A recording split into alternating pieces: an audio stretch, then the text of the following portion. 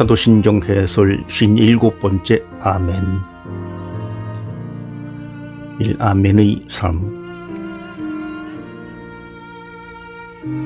신경이 아멘으로 마무리됨으로써 이 신앙 고백문이 일종의 기도임이 확실히 드러난다. 아멘은 모든 기도문의 히브리어 끝말이다. 그렇습니다. 혹은 그대로 이루어지소서라는 뜻으로 번역될 수 있다. 동의 및 희망의 두 가지 의미를 지닌다.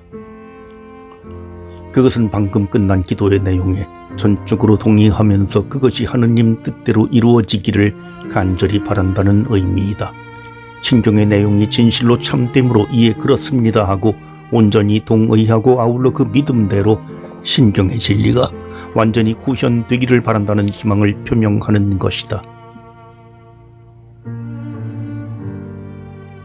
신경은 믿는다는 믿음 고백으로 시작하여 아멘이라는 희망 표명으로 마감된다.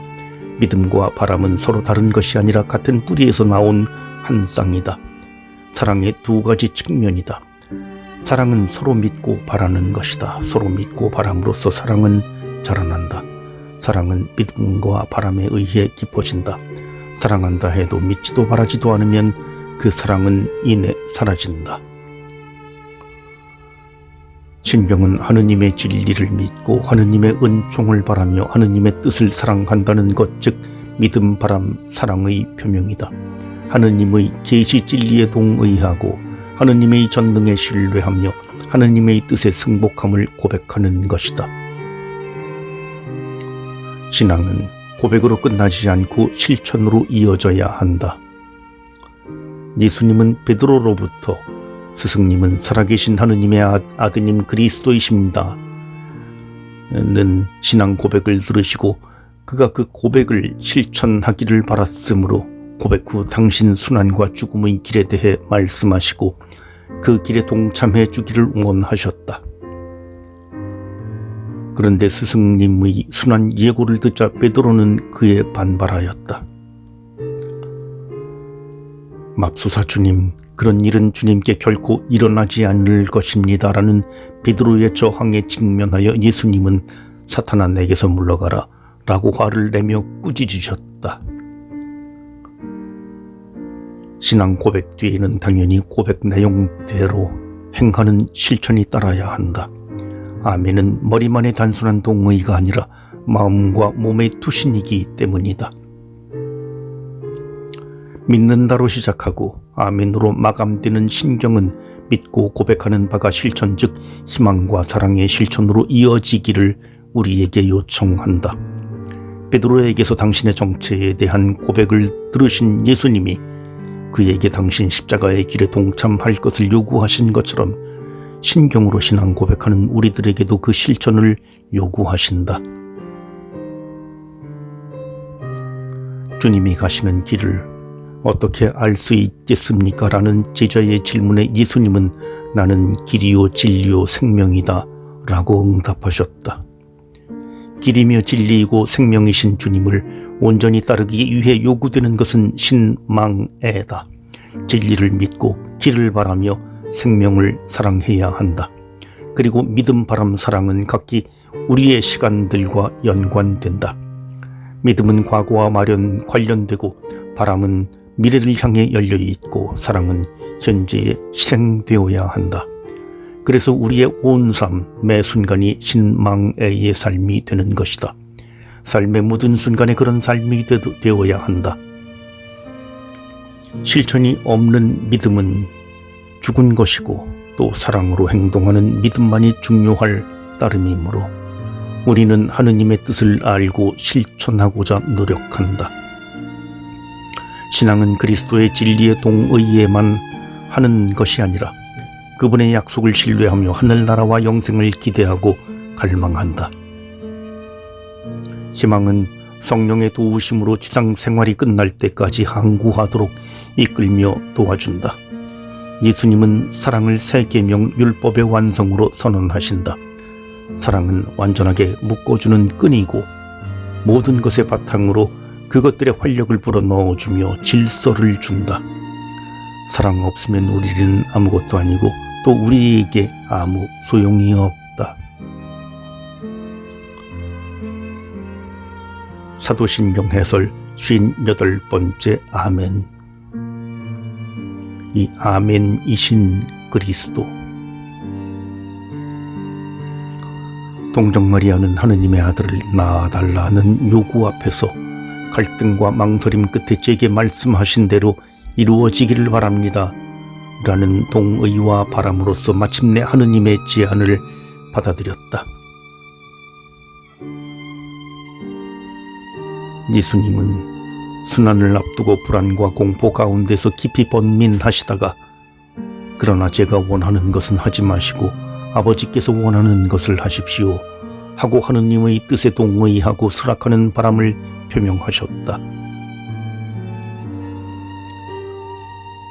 예수님과 마리아가 심각한 갈등과 번뇌 속에서 하느님께 동의하고 하느님의 희망을 자신 것으로 삼는 행위는 놀라운 신앙이다.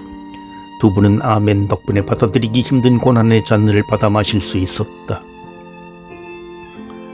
이처럼 믿음은 받아들이기 전혀 불가능한 일을 흔쾌히 수락할 수 있게 해주는 위대한 힘이다. 믿음은 신뢰 때문에 생겨나고 신뢰는 확고하다는 확신에서 생긴다. 그래서 믿음은 확고성과 신뢰성 두 특성을 지닌다.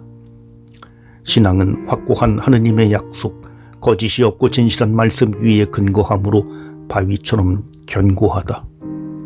견고한 바위 위에 선 집이 기초가 튼튼하여 흔들림이 없는 것처럼 신앙은 바위 같은 하느님 위에 굳건히 서 있어서 동요하지 않는다.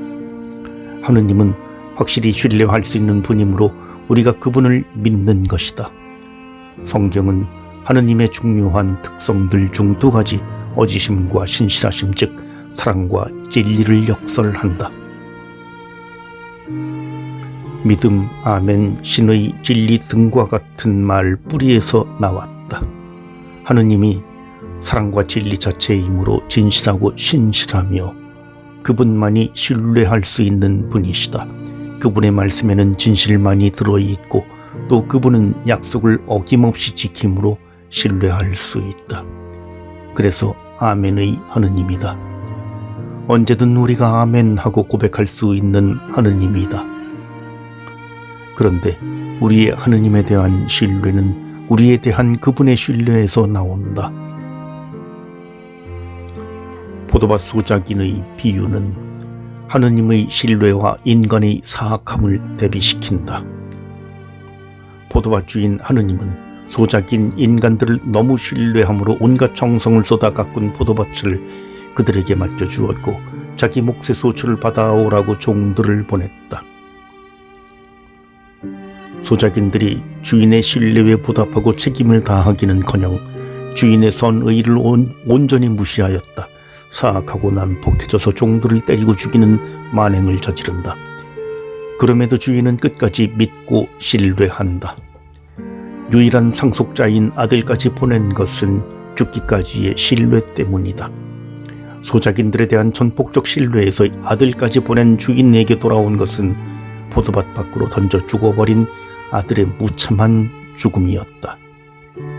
그들에게 사육당한 주인의 상속자 아들은 무한한 믿음과 신뢰의 선물이다. 그리스도는 하느님의 아멘이다. 그분은 아멘 그 자체이고 성실하고 참된 증인이시다. 하느님의 모든 약속이 그리스도를 통해 그대로 이루어졌기 때문이다. 그분에게서 하느님의 그 모든 약속이 예가 되기 때문에 기도마다 우리 주 예수 그리스도를 통하여 비나이다 라고 맺는다. 신앙 고백 끝에 아멘은 그리스도를 통하여 이루어진 하느님의 계시에 대한 동의이자 감사이고 찬양이다. 기도 끝에 아멘은 그대로 이루어지소서라는 열렬한 바람을 표명하는 것이자 간청을 하느님이 들어주신다는 확고한 믿음을 드러내는 것이다. 마지막 성경 마지막 부분에 아멘 오십시오 주 예수님이라고 쓰여 있다. 아멘에는 하느님께서 친히 약속한 바를 실현해 주시기를, 또한 하느님의 뜻이 우리에게 이루어지기를 바라는 청원이 담겨 있다. 아울러 하느님께서 당신 뜻에 따라 청을 들어주신다는 확신도 포함된다. 너희 아버지께서는 너희가 청하기도 전에 무엇이 필요한지 알고 계신다.